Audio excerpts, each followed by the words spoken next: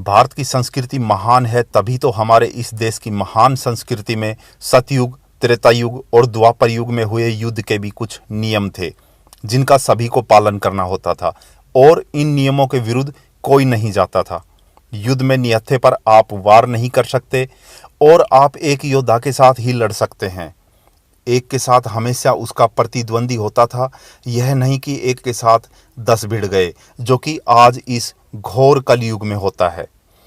युद्ध सुबह सूर्य उदय से प्रारंभ होता था और जब दोनों पक्ष की तरफ से सब तैयार होते थे तभी एक दूसरे पर प्रहार करते थे और केवल अपने समान योद्धा से ही युद्ध किया जाता था। कोई अतिवीर और बलशाली है तो भी वो किसी छोटे या कमज़ोर से नहीं लड़ सकता था।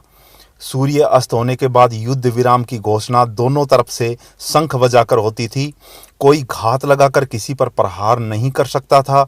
युद्ध विराम के बाद दोनों पक्ष के लोग एक दूसरे से मिलते थे, साथ में भोजन इत्यादि भी कभी कभी किया करते थे। युद्ध में अस्त्र का जवाब अस्त्र से और शस्त्र का जवाब शस्त्र से ही देना होता था। यदि कोई व्यक्ति युद्ध से बाहर होना चाहता हो तो सामने वाले को संकेत देता था और फिर उस पर दूसरे लोग प्रहार नहीं कर सकते थे, उसे युद्ध से भगा दिया जाता था। यदि कोई मूर्छित हो गया हो यानी कि बेहोश हो गया हो तो भी आप उस पर प्रहार नहीं कर सकते थे। यह भी युद्ध का नियम था। आपको शायद श्री रामायण जी में आपने पढ़ा होगा या कथा में सुना होगा कि भगवान श्री राम ने रावण को 2 बार युद्ध में निहत्था कर वापस लौटा दिया था और एक बार भगवान ने उसे मूर्छित अवस्था में वापस कर दिया था।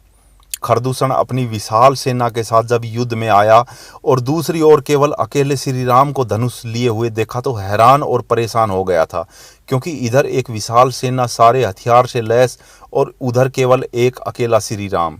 यह नियम के विरुद्ध था। युद्ध के दौरान प्रबंध का कार्य देखने वालों पर भी कोई प्रहार नहीं कर सकता था। इसके अलावा युद्ध क्षेत्र से बाहर हो गए या भागने वालों पर भी कोई वार नहीं किया जाता था। महाभारत युद्ध में सबसे पहले युद्ध नियम का उल्लंघन कौरव सेना की तरफ से हुआ था।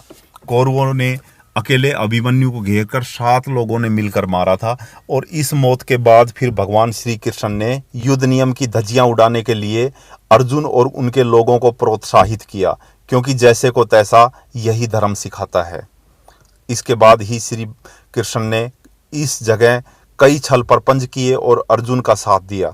भगवान ने खुलेआम कहा कि जब तुम लोग एक निहत्थे अभिमन्यु को घेर कर एक साथ 7 योद्धा मिलकर मार सकते हो तो फिर पांडव भी नियम का पालन क्यों करेंगे।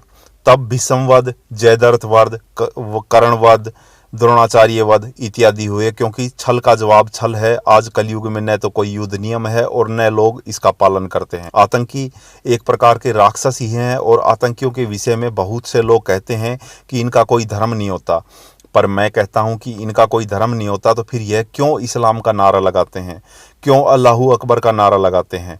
ऐसा हिंदू तो कभी नहीं करते और पूरे देश में कभी कहीं ऐसा सुनने या देखने को भी नहीं मिला। हमारे धर्म में आतंकी के सफाई का तरीका स्वयं भगवान श्री राम ने बताया है, लेकिन बदनसीबी देखिए आजकल लोग श्री राम और श्री कृष्ण को ही भूल गए, तो फिर क्यों नहीं दुख भोगेंगे।